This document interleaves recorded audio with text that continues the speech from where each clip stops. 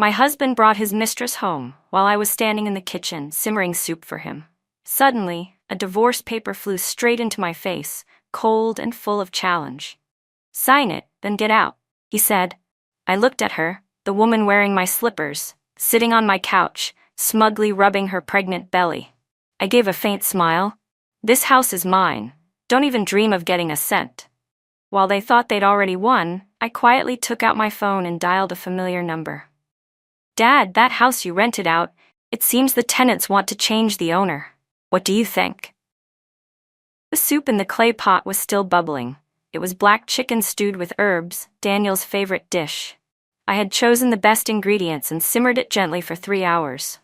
The whole kitchen smelled wonderful. The sound of a key turning echoed from the front door. I wiped my hands, ready to greet him. But Daniel had already stepped inside. His face was cold and tense, a look I had never seen before. Behind him was a young woman, heavily made up, Ava, his assistant. I froze. Daniel didn't even glance at me. He walked straight into the living room and threw a stack of documents onto the coffee table with a sharp thud. That sound struck my ears like a thunderclap. "Lena, sign it," he said, his voice icy, each word dripping with venom. "Sign it, then get out. This house is mine. Don't think you'll get a dime." Following his gaze, I saw the papers on the table, divorce agreement printed clearly across the top, stabbing straight into my eyes. Ava had already slipped into my house slippers, the soft ones I had just bought last week, and sat herself down on my favorite spot on the couch. She leaned back against my favorite cushion, her hand gently stroking her slightly rounded belly, her eyes full of mockery and triumph. "Lena," she said sweetly, "you've really had it tough these past few years. Thank you for taking such good care of Daniel." Her voice dripped like honey, but it only made me feel sick. From now on, this house and Daniel, leave them to me. I looked at the two people in front of me, the man I had loved for 5 years, the man I had cooked for and washed clothes for every single day, and the woman he had brought home, pregnant with his child. They sat there, in the home I had built with my own hands, discussing how to throw me out. It felt like an invisible hand was squeezing my heart so tight I could barely breathe. But I didn't cry, and I didn't scream. 5 years of marriage, I had given everything, endured every humiliation, only to end up in this scene today. Crying would only amuse them more. I took a deep breath, forced down the sharp pain in my chest, and calmly picked up my phone. Scrolling through my contacts, I found the familiar name, landlord. I pressed call. A warm, steady voice came through the line. "Lena, what's wrong, sweetheart?" Ignoring the mocking stares of Daniel and Ava, I spoke evenly, so calmly that even I was surprised. "Dad, the house you rented out. It seems the tenants want to change the owner. Would you agree to that?" There was a brief silence, then my father's voice, angry but restrained. "Of course not. Wherever my daughter is, that's home. Wait for me." The call ended. The living room fell into a heavy silence. Daniel and Ava's faces shifted rapidly, from disbelief to shock, and finally to laughter. Daniel burst out laughing, like he had just heard the funniest joke of the century. He snatched the phone from my hand, looked at the call history, and when he saw landlord, he laughed even harder. "Lena, are you out of your mind? What kind of stunt is this? Calling your dad to back you up?" He tossed the phone back at me, his eyes full of disdain and mockery. "Your dad's just some retired old man living off his pension. What the hell can he do? You came here to argue with me?" "Go ahead, beg me not to leave you," Daniel said with a sneer. Ava giggled softly, leaning into his chest. Her voice was syrupy sweet, but her eyes when they met mine were like blades dipped in poison. "Lena, stop struggling. It's useless. The one Daniel loves now is me, and the baby I'm carrying. Even if you call your whole family here, it won't change anything. Daniel already said it. This house was bought by him. It has nothing to do with you or your family. You're just a discarded woman." I didn't bother replying. The sting of her words no longer hurt me. Something inside had gone numb. I turned and calmly walked into the kitchen, turned off the stove, and lifted the clay pot of black chicken soup I had been stewing for 3 hours. Without hesitation, I carried it to the sink and poured it all out. The hot soup hit the cold drain water with a harsh hiss, sending up a thin cloud of white steam. To me, that sound felt like the final cry, the last helpless wail of a 5-year marriage about to end. Then, Silence fell. I went to the bedroom and began packing my things. Daniel followed, leaning against the doorframe, his arms crossed over his chest, watching me like a guard overseeing a prisoner. His arrogant gaze trailed after every move I made. "What's this? Planning to sneak out with something valuable?" His tone was full of contempt and suspicion. "Let me tell you something, Lena. Every single thing in this house, every pin, every thread, I worked hard for it. You're leaving empty-handed. Don't even think about taking anything with you." I opened the wardrobe. Inside were rows of designer clothes and handbags Daniel had bought for me. He'd always used those things to show off his success and to remind me how dependent I was on him, the perfect little housewife he provided for. I glanced at the expensive pile without stopping. Instead, I reached into the deepest corner and pulled out a few old outfits, simple, slightly outdated clothes I'd bought before we were married. Next, I went to the bookshelf. Ignoring the neat row of glossy hardcover bestsellers, I took out a single worn paperback with yellowed pages. Finally, I picked up a photo frame from the nightstand. In the picture, my parents and I were smiling brightly, my younger self carefree, untouched by the world's dust. Daniel's expression shifted when he saw that was all I was taking. For a moment, there was something strange in his eyes, confusion, maybe even a flicker of unease, though he probably didn't realize it himself. He must have expected me to cry, to fight for the assets, to demand repayment for 5 wasted years. He didn't expect me to leave this quietly, this decisively. I pulled my small suitcase toward the door. Ava was still sitting on the couch, deliberately sticking out her belly to block my path. "Take care, Lena," she said mockingly. "I won't bother seeing you out."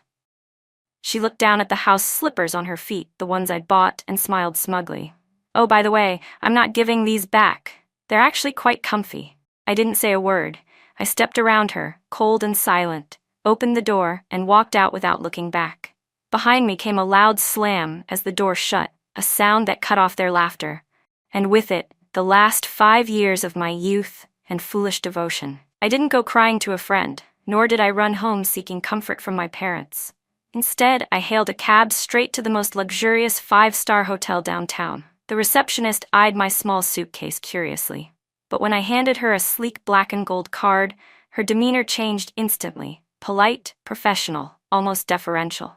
I used my own card to book the best suite available, the one with the grandest view.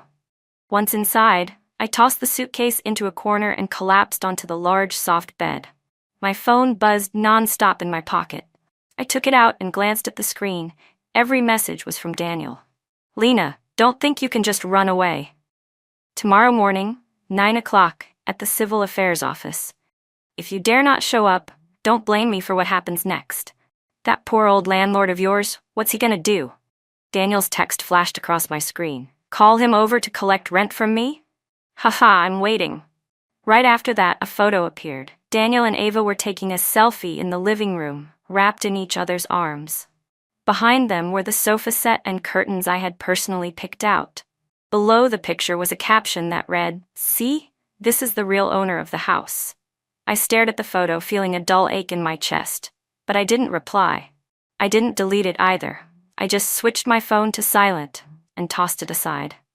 Then I went into the bathroom, turned on the shower, and let the hot water pour down on me. Steam filled the room, blurring everything, including my reflection. I closed my eyes as 5 years of memories played in my mind like a fast-forwarded film. Our sweet college romance, my decision to marry him despite my father's objections, the career I gave up to become the woman behind his success, and now, the day he brought another woman home. The water flowed down from my head, and I could no longer tell whether it was water or tears. "Cry, Lena," I told myself. "Cry just this once. After tonight, the old Lena will be gone for good." I didn't know how long I stood there. When the water began to cool, I turned off the shower, wrapped a towel around myself, and walked to the full-length mirror. A pale, exhausted woman stared back at me. My eyes were red and swollen, but there was something sharp and steady in them, like steel forged in fire. I looked straight into my own eyes and said clearly, firmly, "Lena, from today on, you live for yourself." I picked up my phone and texted my father. "Dad, I'm okay. I've checked into a hotel. let's stick to the plan tomorrow. Almost immediately he replied, don't worry, sweetheart. Even if the sky falls, I'll hold it up for you. Sleep well. Tomorrow, I'll make things right for you. After reading his message, the last bit of unease in my chest disappeared. That night, I slept deeply for the first time in a long while. Meanwhile, across town, Daniel and Ava were celebrating their victory in what used to be my home. Daniel opened a bottle of red wine, the same one I'd bought for him last month when he got promoted. Now he was using it to toast my departure. Ava, come on, he said, pouring himself a glass. Let's drink to our new life together. Ava leaned coyly into him, her voice soft. Daniel, I'm pregnant. I can't drink. Oh, right, he said with a laugh, slapping his forehead. I got too excited. He gazed at her lovingly. You've suffered enough, Ava. In a few days, we'll go register our marriage. I'll give you and the baby a proper name. Ava's eyes lit up. Daniel, what about the house? Don't worry, he said proudly, thumping his chest. This house is ours, of course. Didn't you know? I worked my way up from nothing. I bought this place with my own hands. Her family only ever dragged me down. Her father's just a stubborn old man, retired, useless. He can't do anything now. Ava looked at him with admiration, swallowing his lies like gospel. Daniel, you're amazing. I knew I wasn't wrong about you. You really are my hero. She even started planning how to turn the guest room into a nursery, thinking about buying the most expensive crib and giving their baby the best life possible. They were lost in their dream, so sure of their triumph, so drunk on their own fantasy, completely unaware that a storm was already gathering on the horizon. They had no idea what was coming. The piece of territory they were so proud to stand on was, in truth, nothing more than an exam room, one my father had carefully set up. And now that exam was over. The cheater was about to be eliminated from the game. The next morning at 8 a.m., Daniel and Ava were still fast asleep in the big bed when the doorbell rang, loud, urgent, and unrelenting. Who the hell's that? It's barely morning. Daniel grumbled irritably, his voice thick with sleep. He dragged himself out of bed, hair a mess, shuffling toward the door. He thought it would be me, coming back in tears, begging for forgiveness. He'd already imagined how he'd humiliate me, how he'd make me kneel and plead. But the moment the door opened, the arrogance on his face froze solid. It wasn't me standing outside. It was several tall men in black suits and sunglasses, each exuding an aura that clearly said they weren't to be messed with. At the front stood a middle-aged man whose very presence commanded authority, someone no one dared to look directly at. It was my father, Henry Lane. Behind him was another man wearing gold-rimmed glasses, holding a sleek leather briefcase. One look at him and you could tell, sharp, intelligent, precise. Daniel went pale. He had met my father a few times before, but his impression had been that of a quiet, tired old man, a retired nobody. But the man standing before him now was entirely different. His eyes were cold as steel, and the weight of his presence filled the room like a storm. You're Lena's father. What are you doing here? What are you doing here? Daniel stammered. My father didn't even glance at him. He stepped inside, walking straight into the home Daniel had proudly claimed as his own. His eyes swept the living room, clothes scattered on the sofa, an empty wine bottle rolling across the coffee table. Slowly, his gaze hardened. That wasn't the look of a guest. It was the look of a man reclaiming what had always been his. I'm here to take back this house, my father said. His tone wasn't loud, but every word landed like a weight against Daniel's chest. Ava emerged from the bedroom, wearing one of Daniel's oversized shirts. Rubbing her eyes, she froze at the sight before her and let out a startled scream before hiding behind Daniel, clutching his arm tightly. Daniel felt suffocated under my father's presence, but when he remembered that the deed was under his name, his confidence returned. He puffed up his chest, shouting, "Are you people insane? Old man, this is my house. My name, Daniel Brooks, is on the deed. You barge in here like this, and I'll call the police." Before he could reach for his phone, the man in gold-rimmed glasses stepped forward and took a stack of documents from his briefcase, presenting them to Daniel. "Good morning, Mr. Brooks. I'm Mr. Lane's personal attorney," he said coolly. "Please take a careful look. It's true, the house deed bears your name. However," the lawyer adjusted his glasses, tone sharp and professional, "this property was a conditional gift. According to Addendum 6 of the premarital asset agreement you signed with Ms. Lena Lane, the terms are perfectly clear. Daniel's smugness faltered as the lawyer continued. The ownership of this house remains valid only as long as the marriage between you and Miss Lane exists.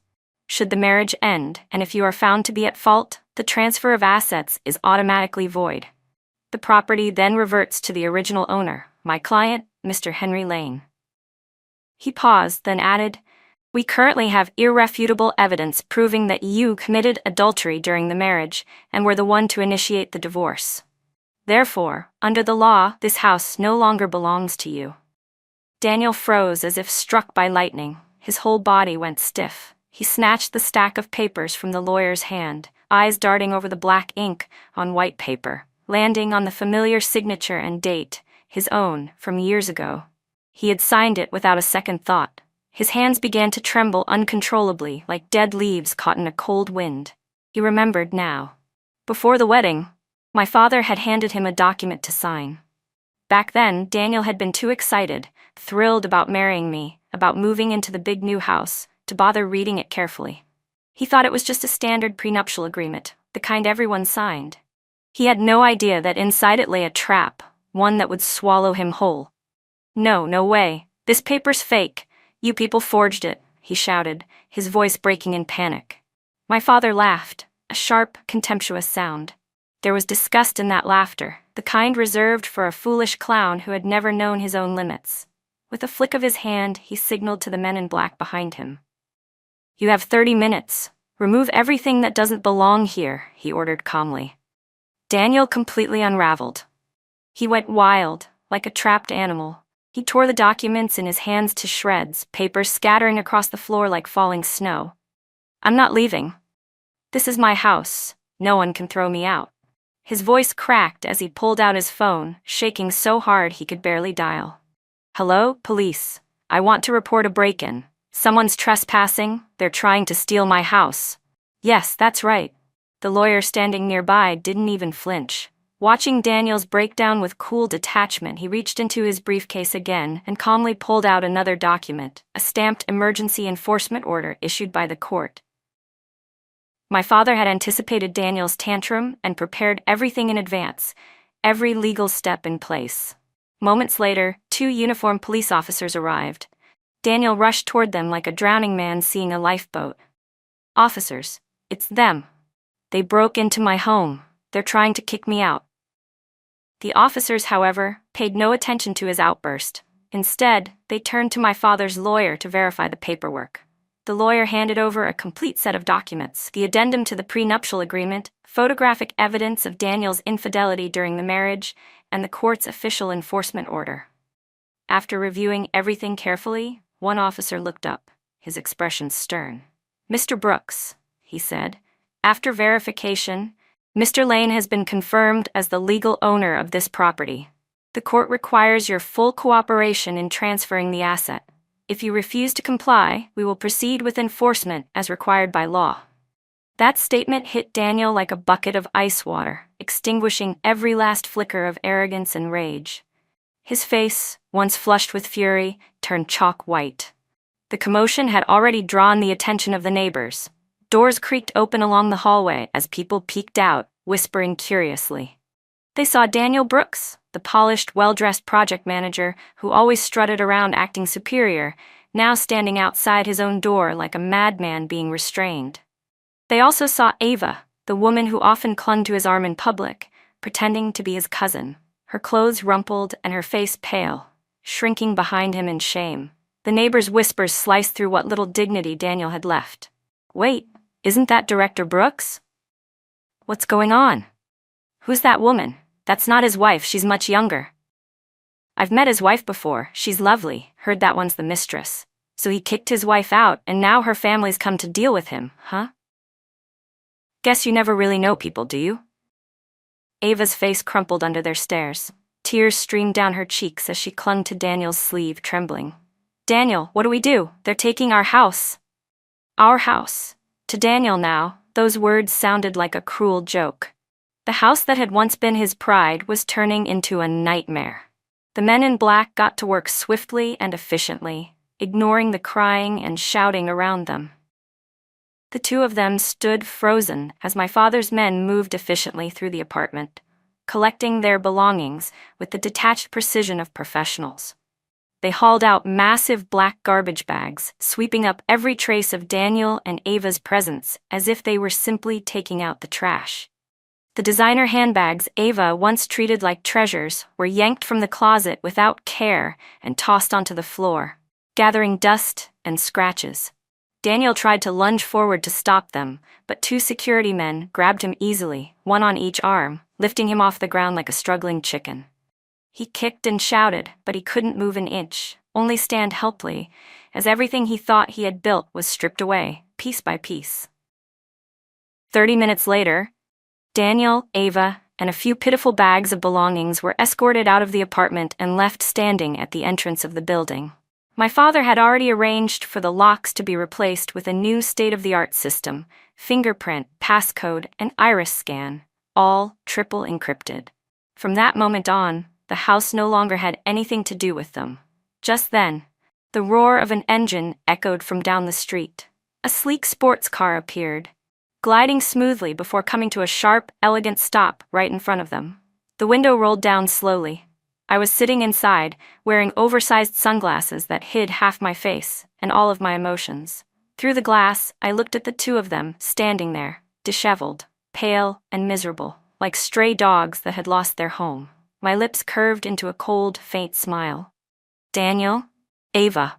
I called their names clearly. Both their heads snapped up. When they saw me, their faces twisted, shock, disbelief, and hatred flashing through their eyes. I slowly removed my sunglasses and met their gaze directly. "Oh, I forgot to mention," I said evenly, "this car was a gift from my father too." Daniel's eyes went bloodshot in an instant. He glared at me, then at the car, his face contorted with rage, as though he could devour me with his eyes. "Lena, you set me up," he screamed, trying to charge at my car like a madman. But the security guards restrained him easily. I didn't even spare him a glance. "Drive," I told the chauffeur calmly. The car growled softly and then shot forward, leaving the two of them behind in a swirl of dust. In the rearview mirror, their figures grew smaller and smaller until they were nothing but two dark, shrinking specks. My father, sitting in the passenger seat, handed me a bottle of water. "Feeling better now, sweetheart?" I shook my head, then nodded. "Dad?" I said quietly, "This is just the beginning." And it was. Taking back the house was only reclaiming what was rightfully mine. The pain, betrayal, and humiliation he had made me endure, I would make him pay for every bit of it, 100-fold, 1,000-fold. That same day, Daniel and Ava, now homeless, had no choice but to rent a cheap, run-down motel room. The place was noisy, damp, and smelled of mildew. The bed sheets were yellowed, the blankets sticky and grimy. The moment they stepped inside, Ava gagged, bursting into tears and begging to find somewhere else. Daniel, overwhelmed and furious, decided to use his savings to book a better hotel. But when he opened his banking app, he discovered that their joint account had been frozen by court order. His personal account, too, nearly empty after his months of splurging on gifts and luxury items to please Ava. Panic set in. He began calling me repeatedly, sending message after message. At first, they were filled with insults, every cruel word he could think of hurled through the screen. I didn't answer. I didn't even open them. When the rage brought no result, his tone changed. His texts grew long, pleading, desperate. He brought up old memories, begged for forgiveness, claimed it had been a moment of weakness. I read a few lines and felt nothing, only exhaustion. I blocked both Daniel and Ava from every possible contact. And just like that, silence returned. The world finally felt peaceful again. I went back to the home that had once been stolen from me. A professional cleaning company came in and scrubbed every inch of the place spotless. From toothbrushes to bath towels, from bed sheets to pillowcases, everything they had ever touched was thrown straight into the trash. The house smelled faintly of fresh lemon again, clean and pure, without the slightest trace of their filth remaining. My father sat beside me on the couch, his face calm but serious. "Lena, driving them out was only the first step," he said. "What do you plan to do next?"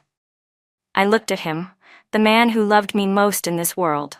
From the very beginning, he had seen straight through Daniel's true nature. That was why he'd set up the rental house test in the first place. Unfortunately, back then I was too blinded by love to understand the lesson behind it. But things were different now. I would never let him, or myself, be fooled again. I want to take back everything he gained because of me, I said steadily. His career, his reputation, his pride, not a single thing left untouched. My father nodded, satisfaction flickering in his eyes. Good. You have my full support. He then explained that the reason Daniel had climbed so quickly to the position of project director was because he was in charge of the company's most important development, Eastlight City. The biggest investor in that project was my father's longtime friend, Mr. Zhang, and it had been my father himself who personally introduced Daniel's company to him. In fact, my father had even told Mr. Zhang to look after Daniel to give him a little extra support. But Daniel, arrogant as ever, thought all his success came from his own talent and charm. He even used to brag to me, saying, "I'm the pillar of this company. Without me, it would collapse." How ridiculous. He was nothing more than a flea standing on the shoulder of a giant, thinking he could touch the sky. Without hesitation, I called Mr. Zhang right in front of my father. I didn't cry, didn't complain, didn't twist the story. I simply and calmly told him the truth. Daniel had cheated during our marriage and tried to steal my family's assets. On the other end of the line, Mr. Zhang was silent for a long time before sighing deeply. "Lena," he said, "I misjudged him. Don't worry. I'll make sure you get a proper answer for this." He promised then and there that he would never again cooperate with someone so immoral and ungrateful as Daniel Brooks. The next day, while Daniel was still desperately trying to manage the chaos that followed his eviction, he received a stern email from his company's biggest investor, the same Eastlight City project. The message was clear: replace the project leader immediately, or they would unilaterally terminate the contract and demand full compensation for all damages caused by the breach. The email hit the company like a bomb. Senior management was thrown into uproar. Daniel was summoned to his superior's office, where he was harshly reprimanded, humiliated to the point of speechlessness. The career he'd been so proud of, the very foundation that had supported him all these years, now had its first fracture, and it was a fatal one. The wind shifted fast. The same colleagues who had once surrounded him, calling him Director Brooks with flattery and smiles, now looked at him with entirely different eyes. Some pitied him, some sneered, but most avoided him altogether, as if his downfall were contagious. He tried to approach the executives to explain himself, hoping to keep his project, but the secretary blocked him coldly at the door with a single line: "The boss is in a meeting." Desperate, he went to the project team to discuss a plan, but everyone suddenly had an excuse: urgent work, meetings, deadlines. No one wanted to be associated with him anymore. When the tree falls, the monkeys scatter. Human fickleness, an old story, as ancient as time. The blow to his career shattered what little stability Daniel had left. And Ava, she had become nothing more than a burden growing heavier by the day. The dingy motel environment made Ava's pregnancy symptoms worse. Every day she cried and complained, her voice grating, her words venomous. "Daniel, are you even capable of anything? How long do we have to live in this rat hole? I can't take it anymore. You said you were so talented, didn't you? Then why can't you even keep a house? You lied to me, didn't you?" Her shrill voice pounded in Daniel's head like a hammer. For the first time, he realized how unbearable she was. The same woman whose gentleness had once made him obsessed, now seemed noisy, petty, and stupid beyond belief. Just as his career and relationship were both falling apart, trouble erupted back in his hometown. His parents, aunts, and uncles, people who had relied on his financial support for years, money that had actually come from me, started calling one after another after hearing that he had been thrown out of the villa. But they didn't call to check on him. They called to scold me. The call came straight to my phone. It was from his mother. The moment I picked up, her voice exploded in my ear, sharp and vicious. "Lena, you useless, barren woman. So what if my son found someone else? That's still the blood of our Brooks family. Who do you think you are? Throwing him out of his own home. You're a curse. That's what you are. You're the reason my son's life fell apart. I'm telling you, give the house back to him right now, or I'll come to your company and cause a scene so big you'll lose all your dignity." I didn't argue. I simply turned on the recorder on my phone and let her rant until she was breathless, gasping between insults. When her voice finally faltered, I spoke calmly. "Are you done?" I asked quietly. "Good, then it's my turn." I sent a compressed file to the family group chat, the one pretentiously named the Loving and United Brooks Family. Inside were dozens of intimate photos of Daniel and Ava from every possible angle, followed by images of Daniel being dragged out of my house by the security team, thrown to the curb like trash. There was also evidence of his infidelity during our marriage and the illegal transfer of assets. Finally, I attached a bank statement, 5 years that worth of transfers from my personal account to theirs through Daniel. The total amount was enough to make anyone's jaw drop. Then I sent one last voice message. "Dear Mr. and Mrs. Brooks, the son you're so proud of, the one you call the glory of your family, is nothing but a cheater and a fraud. He not only betrayed his wife, but also tried to steal her home. As for the money you've been spending all these years, every single cent came from me, the daughter-in-law you insulted and called barren. From this day forward, I will no longer fund this family. If you want someone to take care of you or pull you out of poverty, please ask your wonderful son instead." As soon as I sent it, I left the group chat. I could already imagine the chaos erupting in that group, the shock, the shouting, the shame. And sure enough, not 10 minutes later, Daniel's name flashed on my screen. His voice was a mix of rage and panic. "Lena, are you insane? What the hell did you send to my family group? Are you trying to destroy me?" I let out a cold laugh.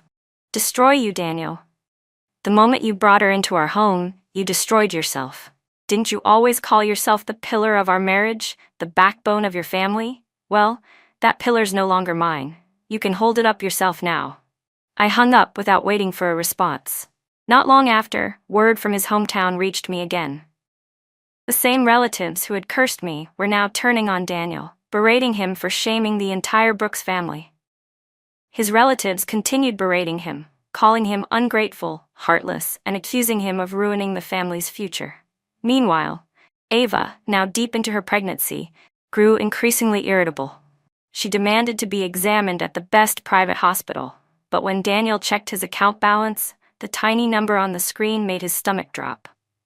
He didn't even have enough to pay for a basic checkup at a public hospital. Money and frustration piled between them until, inevitably, they exploded. For the first time since their so-called marriage, they had a major fight. Ava looked at the man in front of her, disheveled, broke, and pitiful, and for the first time she began to doubt everything he'd promised. The future he had painted for her, the dreams of a comfortable, happy life, it all felt like a cruel scam. Caught between the pressure of his collapsing career and a pregnant lover who had become unbearable, Daniel could barely breathe. One night, suffocated by regret, he began to reminisce about the tidy home I once kept for him, the warm dinners and slow-simmered soups I had made, and the gentle way I'd always supported him without complaint.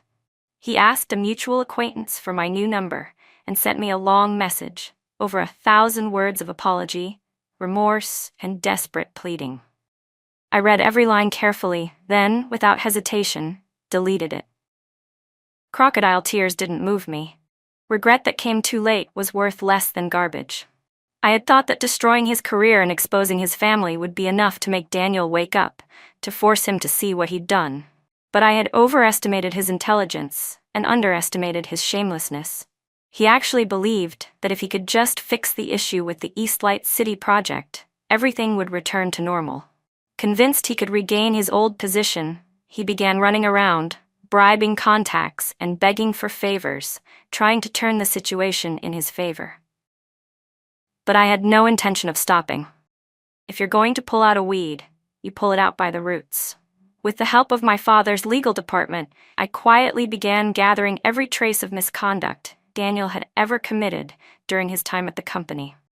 He had always been arrogant and vain, eager to show off for Ava, while also lining his pockets with side income from the massive Eastlight City project.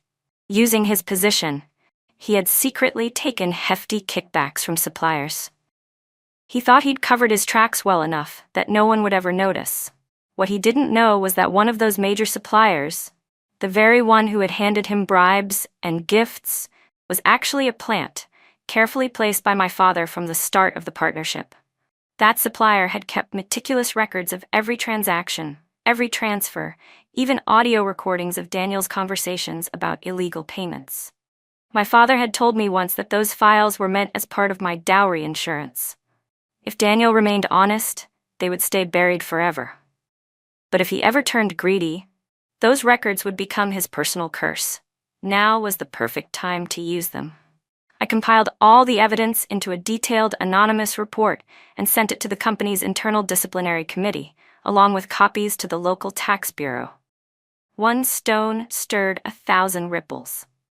The company's board of directors, already furious with Daniel after the Eastlight City debacle and the investors' sudden withdrawal, reacted instantly. When they received the report, so thorough and damning it sent chills down their spines, they immediately formed a special investigation team. Daniel was suspended from his position that very day, pending inquiry. He panicked completely. He tried calling in favors, contacting every friend he had once helped, but one by one they ignored his calls, left his messages on read, or suddenly became too busy.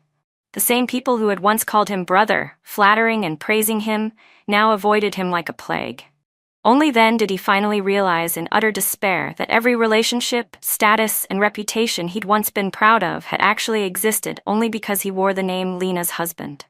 Once that title was gone, he was nothing. The investigation results were released quickly. Embezzlement of company funds, taking bribes, tax evasion, the sums involved were enormous, enough to send him to prison for a long time. The company, wanting to sever ties and protect its reputation, immediately reported the matter to the police.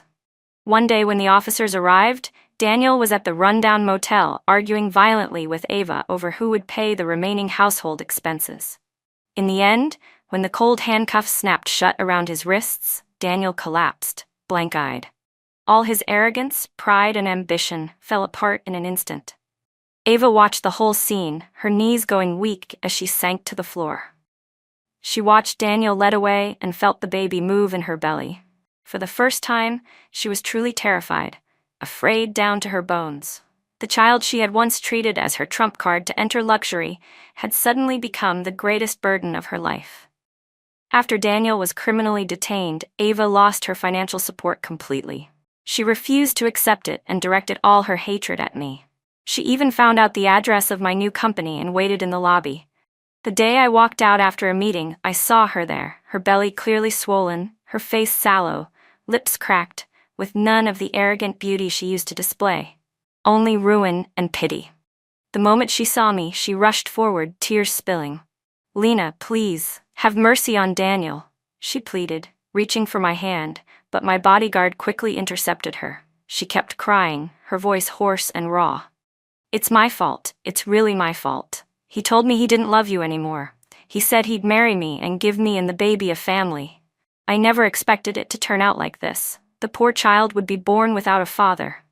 Please, I beg you, give the baby a chance to live. Give me and my child a chance."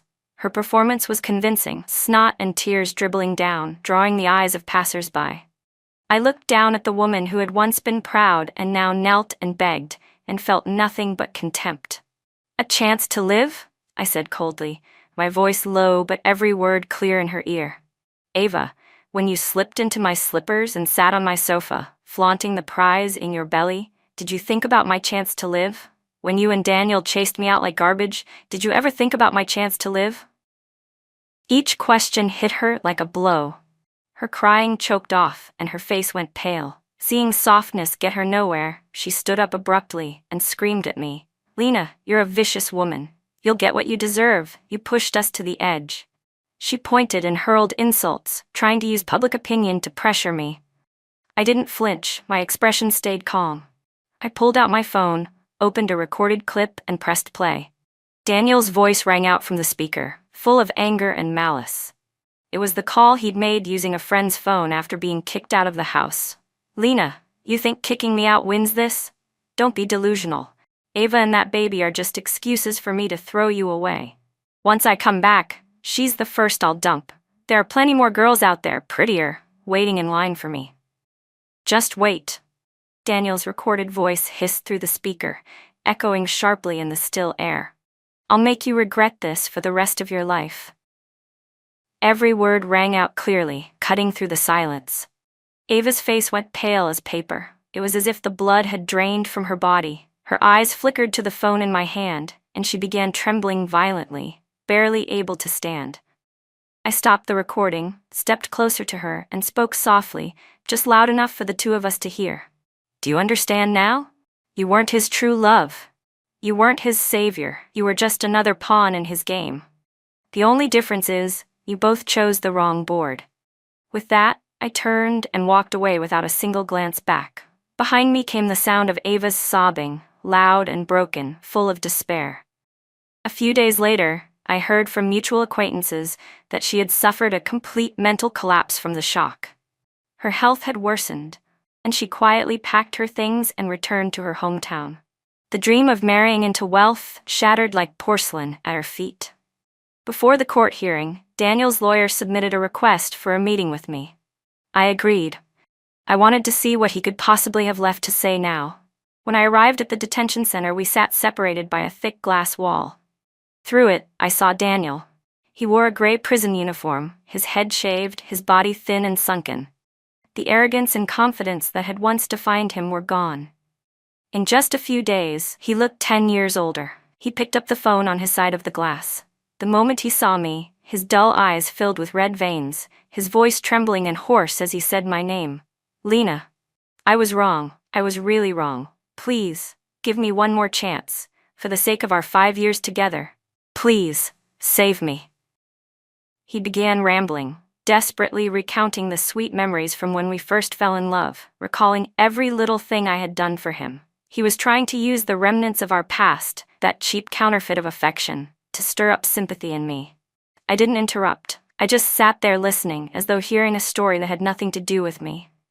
When he finally stopped, his voice dry, his eyes searching mine for some trace of hope, I slowly lifted the receiver. "Daniel," I asked quietly, "did you ever really love me?" He froze. His eyes darted away. He couldn't meet my gaze. Under the weight of my stare, he finally gave a reluctant nod and stammered. "Yes, I did. I loved you." I couldn't help it. I laughed. I laughed so hard, tears filled my eyes. "Daniel," I said between shallow breaths, "you're truly beyond saving. Even now, you're still lying." My voice through the receiver was calm, icy, deliberate.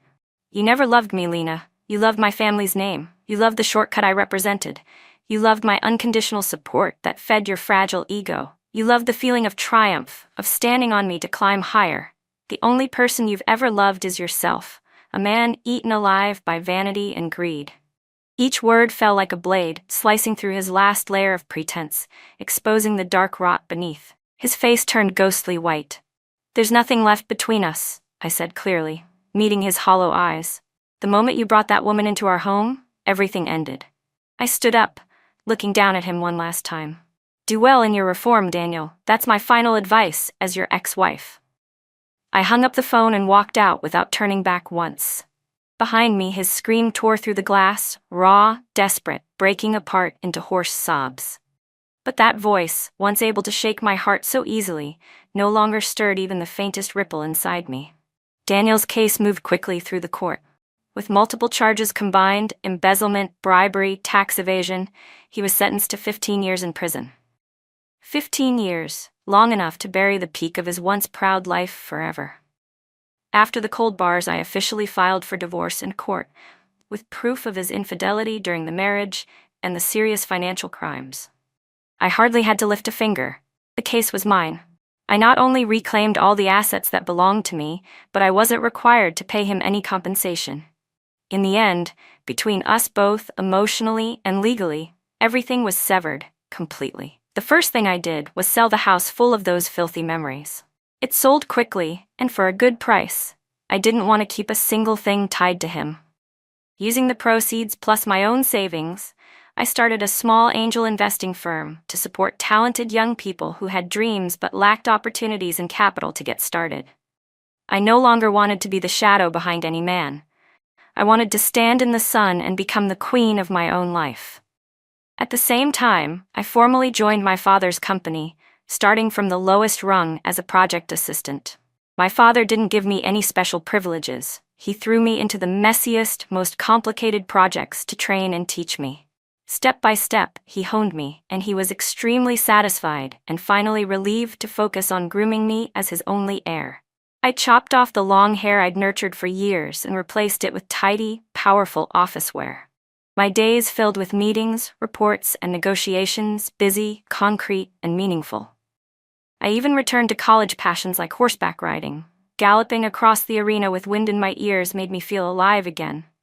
Friends said I'd become a different person after the divorce, glowing. I knew I hadn't become someone else.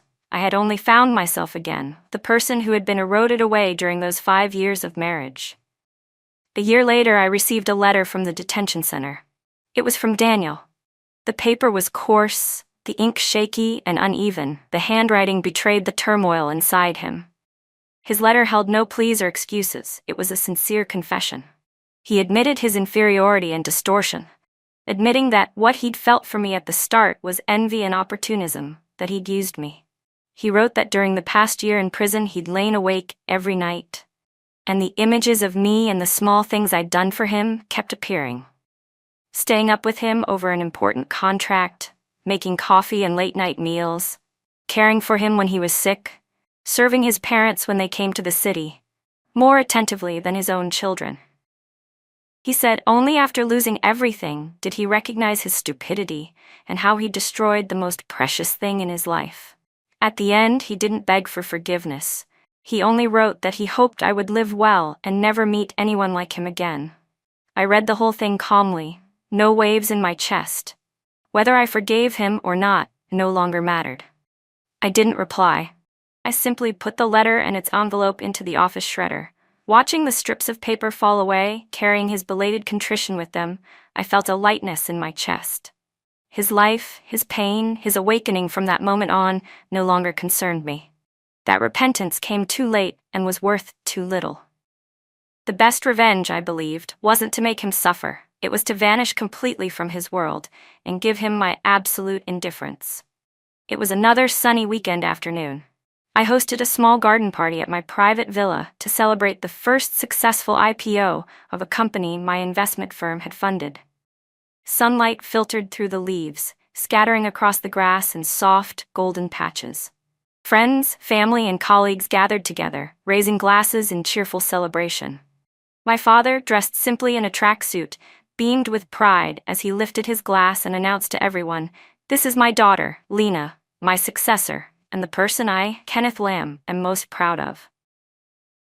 Applause and genuine congratulations filled the air. Among the crowd, I noticed a calm figure, a familiar face. It was Ryan Zhang, the son of my father's longtime friend, and a talented young architect.